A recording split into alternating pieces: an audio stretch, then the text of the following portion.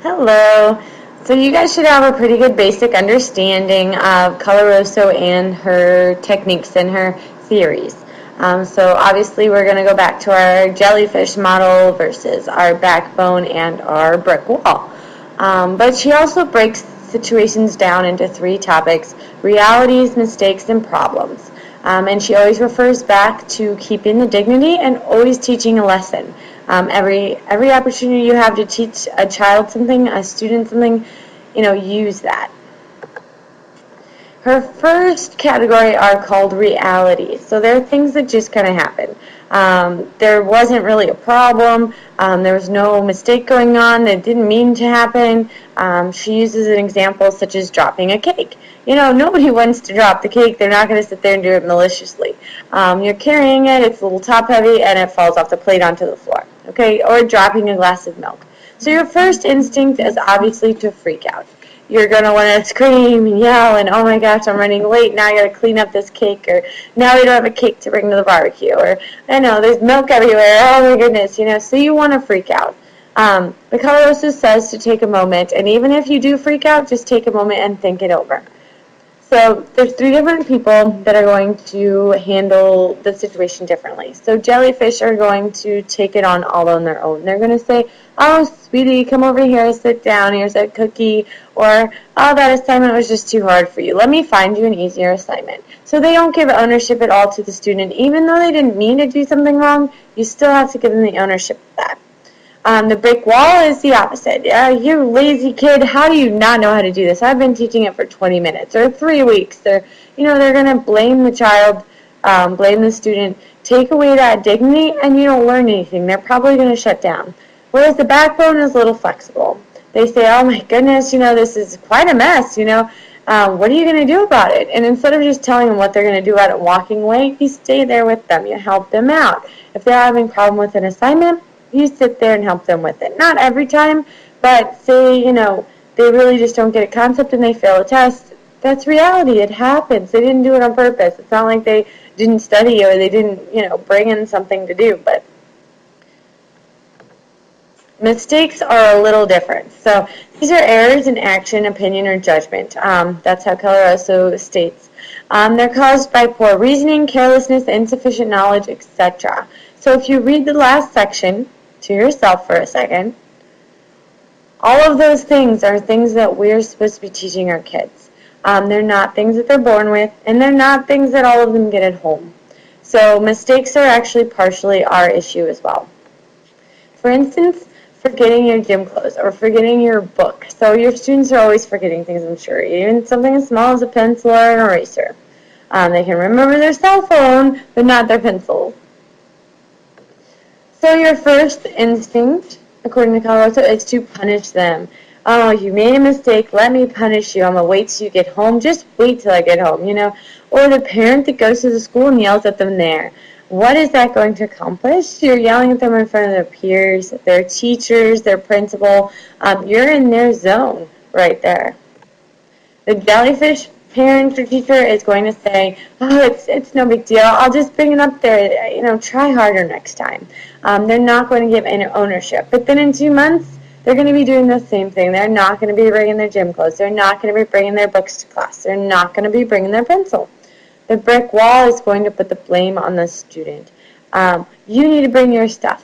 Why can't you do this? Why? They're going to punish the student for a mistake when everybody else makes mistakes all the time. So then they don't have a way to solve the problem either. The backbone is going to kind of help them come up with options. So what keeps you from remembering to bring your gym clothes? What's happening with your books? Why do you always forget to bring your books? Because you never know what the situation is going to be. So if there is a serious consequence, or if there, something was happening that day in the classroom, or that day at home, or the night before, the teacher is going to help that student out. The parent's going to bring the gym clothes, But if it's a recurring thing, give them what they need, Tell them, hey, you didn't bring them. You need to figure out a way to solve this. Maybe you could borrow them from a friend, or maybe, somebody else could bring you a pair, or maybe you could sit at a gym class today. So just give them options or help them with the options and see what they come up with. Here's a little clip, just a good way. Coloroso has a lot of good videos. But this is a way she says to deal with that freak out moment.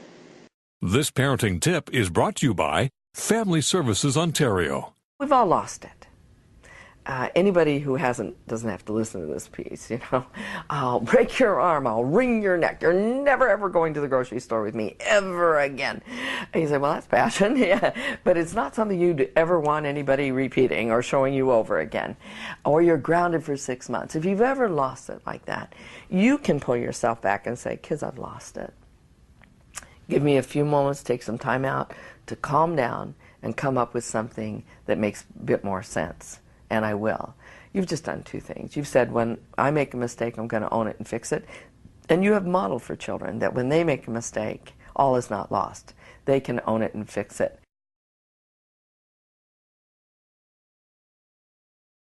So her last section deals with problems. Okay, problems are different than mistakes.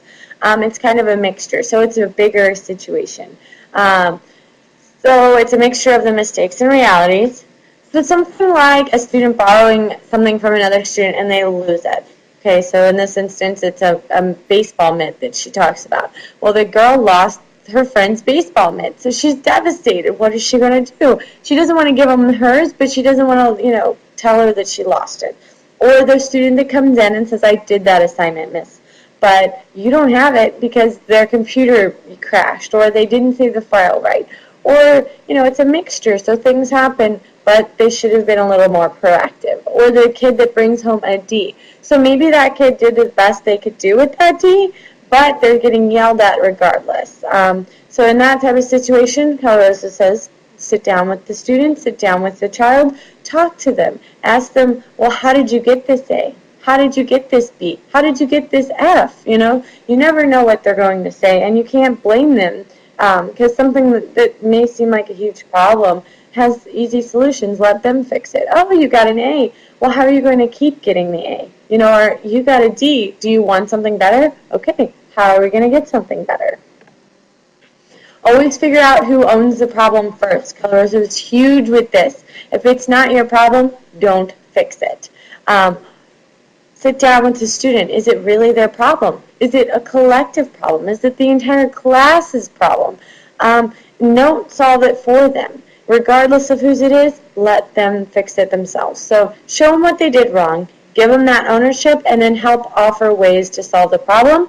That way their dignity's there, they have a solution, and they can follow through and fix the problem. Here she lists 6 steps to figure out the solution to a problem. So identify the problem, and yes, I know it's a lot like the scientific method, but list options for solving the problem, evaluate those options. Don't just list them, go over them with the student or the kid. Make sure that they understand the consequences of each option. Do pros and cons. Choose an option, make a plan and follow through, and then evaluate it afterwards. You always want to make it a learning experience. So she always goes back to the main point of any interaction with students or kids is to help them grow. You want everything you do to be a model for them, to help them get stronger, better, smarter, wiser, everything. So here's my last clip, but this is one of my favorites. It kind of brings in together everything that her book talks about.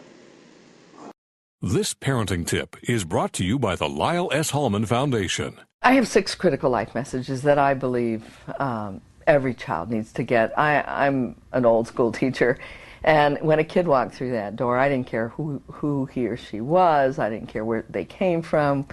Their dad was an alcoholic, mother had an interesting occupation, brother's been in jail. Every kid walking through those doors is a kid, and they need 6 critical life messages. They also need these same messages at home. I believe in you. I trust in you. I know you can handle this. You're listened to, you're cared for, and you're very important to me. Children need to hear that in lots of different ways every day, but think about it. Do you really listen to your adolescent? He has a big zit right in the middle of his face. And we could say, oh, don't worry, I had 30 when I was your age. That's not listening. Nor is, if you hadn't eaten the French fries and the chocolate, you wouldn't have that zit. No, you put your arm around a kid and say, that's a bummer. I remember what it's like to have a zit right here. Feels like your whole face is aglow. Let's see if we can't get something to cover it up and to clear it up, which says to a kid, I hear you, which in turn says you're worth it. So any opportunity at any age that we can give to children every day to say, you know, I believe in you, I trust in you, I know you can handle this, you are listened to, cared for, and very important to me.